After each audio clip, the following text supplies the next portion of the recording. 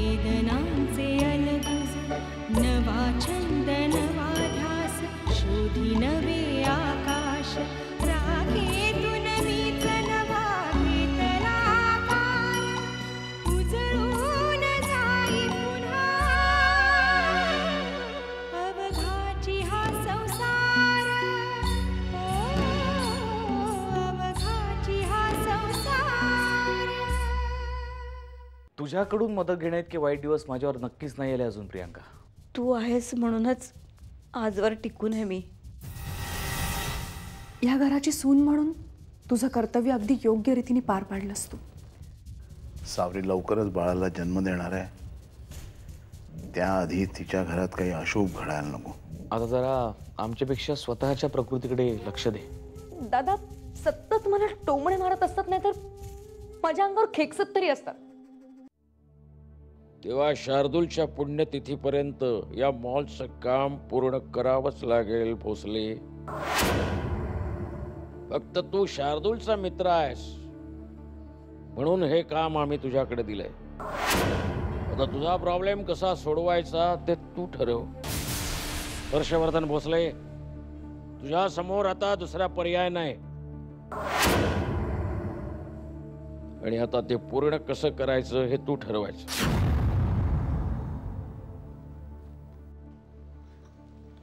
घ्या.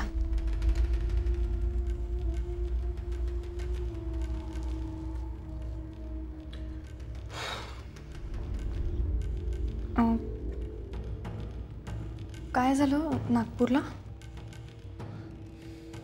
काही नाही, भेट झाली तानाजीरावांची. मग काय म्हणाले? काय म्हणणार. सॉरी, माणसाच्या अंगावर एकदा संकट यायला लागली ना की एकामागून एक येतच राहतात.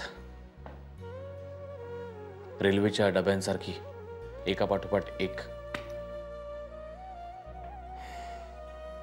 आधीचे 5 कोटींचं कर्ज, त्याचं टेन्शन, त्यात आता हे माईचं आजारपण. माझ्यासारखा एकटा माणूस कुठे कुठे काय काय बघणार. पण तुम्ही एकटं का समजता स्वतःला? मी आहे ना. हे बघा, तुम्ही अजिबात काळजी करू नका. जोपर्यंत माई पूर्ण बऱ्या होत नाहीत ना, तोपर्यंत मी इथून जाणार नाही. मी सगळं सांभाळीन. तू आलीस वेळेवर ते बरं झालं, नाही तर काय झालं असतं देव जाणे. खरं सांगू का, काही झालं नसतं. तुम्हाला माहिती आहे, मी यायच्या आधीच हर्षदाने डॉक्टरांना फोन केला होता. रात्रभर माईंच्या उशाशी बसून होती. त्यामुळे मी जरी नसले ना तरी हर्षदा हे घर उत्तम सांभाळू शकेल, खात्री आहे माझी. तुम्ही खरंच अजिबात काळजी करू नका.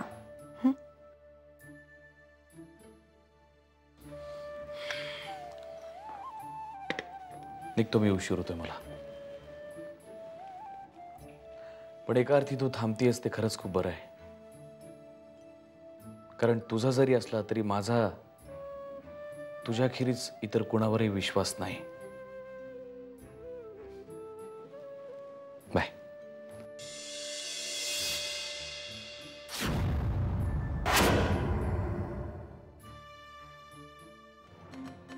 धनाजीरावांनी माझ्याकडून एक नवीन कॉन्ट्रॅक्ट साईन करून घेतला, ज्यात असं लिहिलंय की त्यांनी दिलेल्या डेटपर्यंत मी मॉलचं काम माझ्या हिमतीवरती पूर्ण करून दाखवायचं. नाहीतर काय सर? नाहीतर त्यांच्याकडून घेतलेले सगळे पैसे परत करायचे. म्हणजे सर, हे कॉन्ट्रॅक्ट साईन करणं म्हणजे स्वतःहून स्वतःसाठी खड्डा खणण्यासारखं आहे. मूर्ख नाहीये मी उदापुरे, अक्कल आहे मला. पण माझ्या पुढे पर्याय नव्हता दुसरा. मी काही बोलायच्या आधीच त्यांनी मला सांगितलं की एक तर हे कॉन्ट्रॅक्ट साईन करा, नाहीतर सगळे पैसे परत करा. एनिवे, आपल्याला ताबडतोब कामाला लागायला हवा. ठरलेल्या वेळेत काम पूर्ण व्हायलाच हवा. सर, आता तुम्ही माझ्यावर एवढी जबाबदारी टाकली आहे, तुम्ही काळजी करू नका. म्हणून तर काळजी वाटते उदापुरे. काय काय सर तुम्ही. चला कामाला लागा. दात काढत थांबू नका इथे. ठरलेल्या वेळेत काम पूर्ण झालं नाही ना तर हेच दात घशात घालीन मी. कळलं? निघा.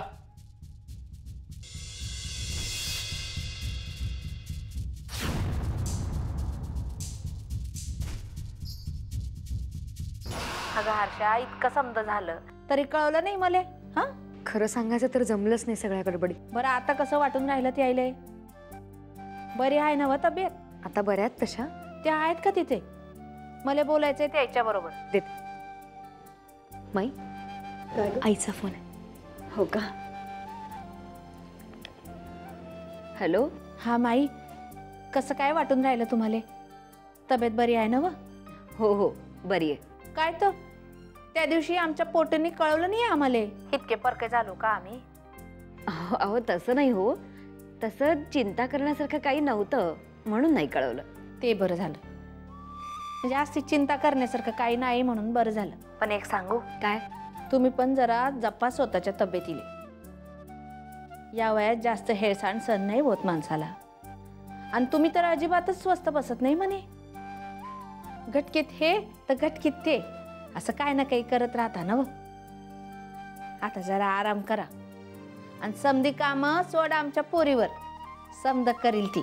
हो हो हो तसं ती करतेच आहे सगळं. एक विचारायचं होतं. नाही, आजचं समद काम आटोपलं असन तर हर्षदाले जरा माहेरी पाठवान का? हो हो काहीच हरकत नाही. येईल ना ती. काय म्हणते? आईने बोलावलंय तुला घरी. बघू. हॅलो. हां आई. अगं नाही, मी नाही येऊ शकत आज. अगं घरची सगळी जबाबदारी माझ्यावर आहे. मी नाही येणार. बरं ठीक आहे, तुला जेव्हा फुरसत मिळेल तेव्हा ये. हो येईन नक्की. बरं चल ठेवते आता. अगं यायचंच जाऊन. नाही हो जाईन नंतर. अगं बरी आहे मी आता. हो थांबते मी आज. बरं तुम्हाला काही हवंय? आता म्हणते तेच तर घोटभर चहा दे. आत्ता.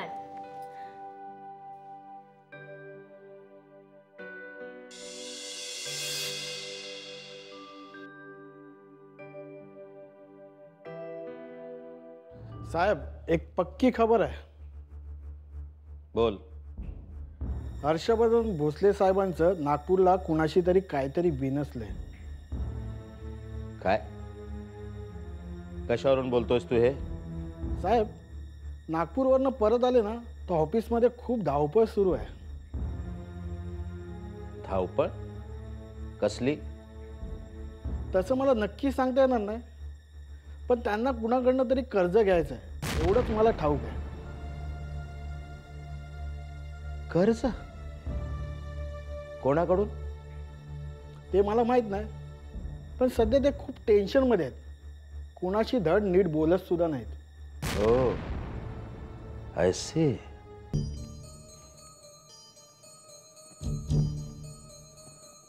हॅलो सूर्यवान, खैरमोडे बोलतो. हे पहा, हर्षवर्धन बाजारामधून कर्ज घेतोय असं कळलंय. तेव्हा तू तुझी फिल्डिंग लाव. लक्षात ठेव, त्याला एकही पैसा मिळता कामा नये. मी तिला फोन करून सांगतोच आहे.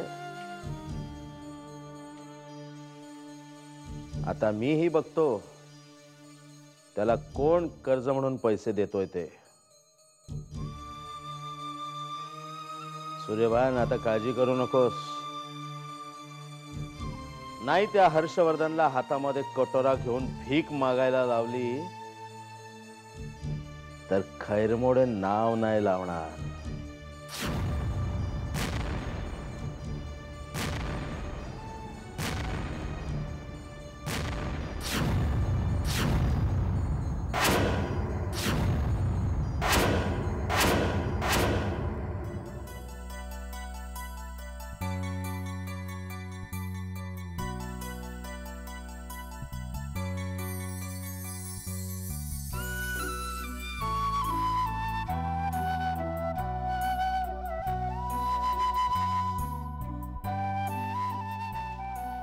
वहिनी हे काय? बाळांच्या नावाचे पुस्तक. पण मग मला कशाला देतेस? बाळाचं नाव तर आत्याने ठेवायचं असतं ना, संयोगिताला नेऊन दे. ते काही नाही ग, ते आपलं नुसतं रीत म्हणून. शेवटी नाव का ठरवायचं ते आपण ठेवायचं ना.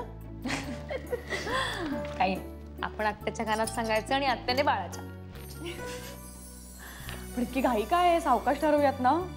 शिव, तुला काही उत्साहच नाहीये. तुझ्या जागी मी असते ना तर मी अगदी येशील येशील, माझ्या जागी तू येशीलच लवकर. मग ठरवूया आपण पटकन नाव. हा काय मग, काय ठरलंय? कधी घेणारा चान्स? का थोडे दिवस थांबून वगैरे मग? नाही नाही, असं काही ठरलेलं नाहीये. बरोबर. अगं, आमचं लग्न झालं यावरच अजून विश्वास बसतोय आमचा. काय काही प्रॉब्लेम झाले ना लग्नाच्या आधी? मला अजूनही वाटतं कधीतरी मी सकाळी उठेन आणि मला आधीचा फोन येईल की आज माझा दादा तुझ्या दाजींना भेटायला येतोय म्हणून. आणि मग लांबच लांब चर्चा, कसं होणार आहे आपल्या लग्नाचं. हर्षदा, भूतकाळात रमणं थांबव आता. भविष्यकाळाची रंगीबेरंगी स्वप्न रंगवायला लागा आता. वहिनी, तुझ्या लग्नाचे फोटो असतील ना ग? मी बघितलेच नाहीयेत कधी. दाखवे ना तुला. वहिनी, एक विचारलं तर राग नाही येणार तुला? विचार ना. तू लग्नानंतर नोकरी का सोडलीस? अगं, माझी शाळा आष्टीला होती ना, आणि लग्नानंतर मी आले चंद्रपूरला. खूप लांब पडायचं ग. पण मग त्याने काय, तुला इथे सुद्धा दुसरी सहज नोकरी मिळाली असती. मला आधी सांगत होता की तू एक उत्तम टीचर आहेस म्हणून. नाही अगं, संसाराच्या व्यापात नाही जमलं. कसला आलाय व्याप? आपल्याकडे प्रत्येक कामाला नोकर आहे. जर तू मनावर घेतलं असतंस ना तर तुला सहज नोकरी मिळाली असती. मग मी मनावर घेतलं नसेल की तू तसा निर्णय घेतला असता तर काही मनं दुखावली जाणार होती.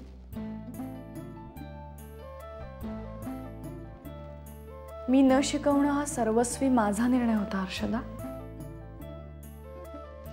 नाही म्हणजे माझ्या अशा विचारण्याने जर तुला काही राग. माझ्या लग्नाचा अल्बम बघायचा होता ना, आणते बस.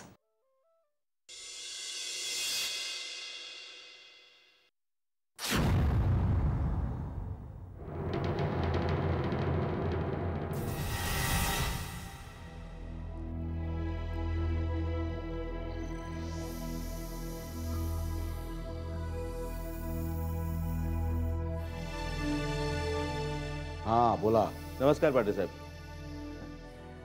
नाही काय म्हणजे मी फोन याच्यासाठी केला होता की म्हणजे मला असं कळलं की हर्षवर्धन नागपूरला येऊन गेला म्हणून. बरं, मग काय साहेब, तुम्ही इकडे आम्हाला कामाला लावता आणि डायरेक्ट तिकडे त्यांच्याशी मीटिंग करता. नाही म्हणजे तुमचा प्रॉब्लेम सॉल्व्ह झालाय का? खैरमोडे, मी तुम्हाला हर्षवर्धनची चौकशी करायला सांगितलं होतं. तुम्ही माझीच काय उलट चौकशी करताय? नाही नाही तसं नाही पांडे साहेब, काय मी आपलं सहज विचारलं. नाही कसं आहे की तुमच्या दोघात जर समेट झाला असेल तर मग आम्ही पुढचा तपास करण्यामध्ये काय अर्थ आहे, नाही का? नाही तसं काही झालेलं नाही. तो वेगळ्याच कामासाठी इकडे आला होता. वेगळ्या म्हणजे कुठल्या?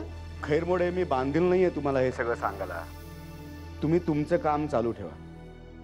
आणि हो, जरा सावध. तुम्ही तुमचं जे पिल्लू त्या हर्षवर्धनच्या कॅम्पमध्ये सोडलंय ना, ते कधीही तुमच्या अंगाशी येऊ शकतं बरं का. हर्षवर्धनला कमी लेखू नका. पण भांडेसाहेब, हे सगळं तुम्हाला कसं समजलं? खैरमोडे, लहान मुलासारखे प्रश्न विचारू नका. ते असले खेळ फार पूर्वी खेळलोय मी. जरा एखादा चांगला खेळ असेल तर खेळा, नाहीतर हा खेळ तुमच्या अंगाशी येऊन कधीही तुमचा खेळ खलास होईल, लक्षात ठेवा.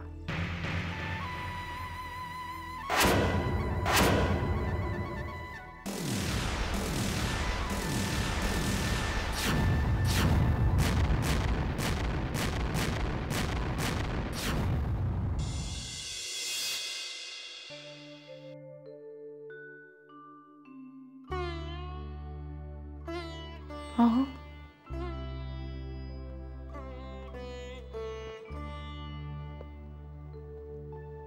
तुम्ही नागपूरहून आल्यापासून बघतेय सारखे टेन्शन मध्ये असता. मला सांगा ना काय झालंय.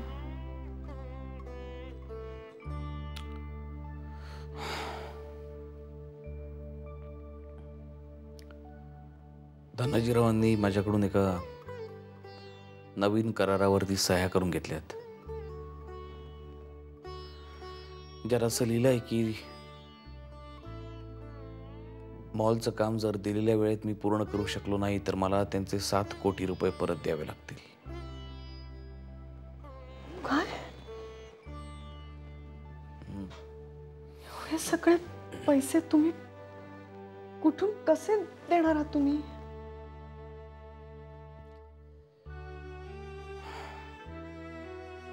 काही सुचत नाहीये असावरी.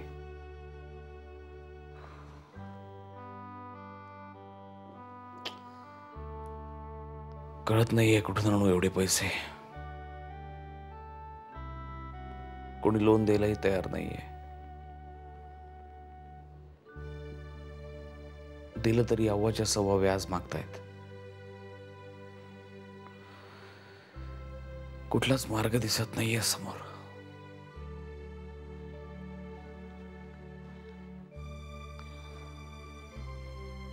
मी तुम्हाला मार्ग सुचवला होता खरं तर, पण तुम्हाला तो मान्य नाहीये त्यामुळे. कुठला? तुम्ही तुम्ही ते 3 कोटी. असावरी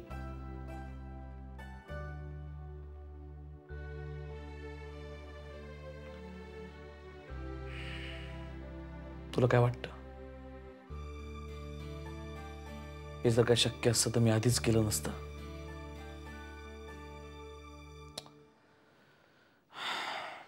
माझ्याकडे असलेल्या 3 कोटी रुपयांपेक्षाही अजून खूप जास्त पैशांची गरज आहे मला.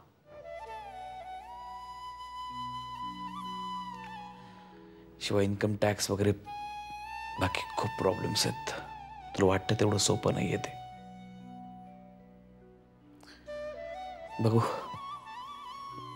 मलाच काहीतरी मार्ग शोधावा लागणार. Good night.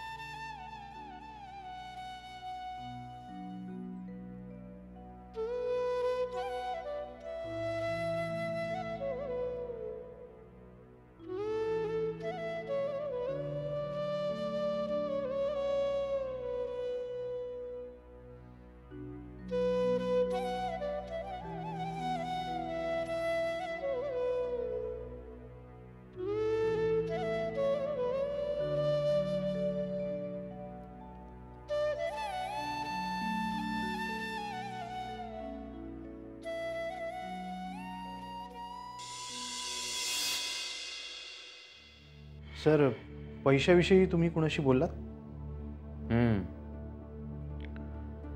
प्रयत्न चालू आहेत माझे. कालच माझ्या एका मित्राशी बोललो, चिन्मयशी. तो तयार आहे पैसे द्यायला, पण साला 50% पार्टनरशिप मागतोय. Not bad sir. म्हणजे पैसे द्यायला तयार असेल तर पार्टनरशिप द्यायला काय हरकत आहे? उद्या पुरे 50% पार्टनरशिप दिल्यानंतर प्रॉफिट सुद्धा 50% डिवाइड होणार. मग आपल्या हाताला काय लागणार?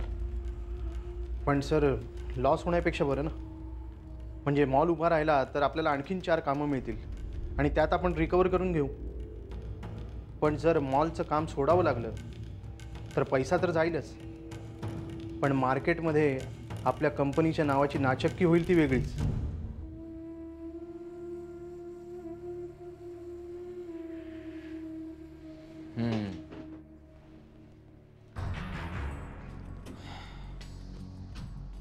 तुम्ही म्हणताय ते बरोबर आहे उदापुरे. आधी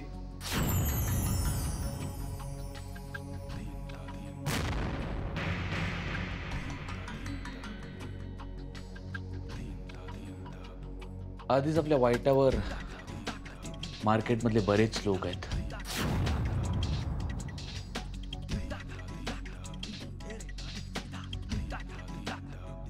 आपल्या कंपनीची नाचक्की झाली तर त्यांना आनंदच होईल, नाही का? आपल्या कंपनीमध्ये या लोकांचे काही हस्तक आहेत. त्यातला एक हस्तक आत्ता इथेच आहे.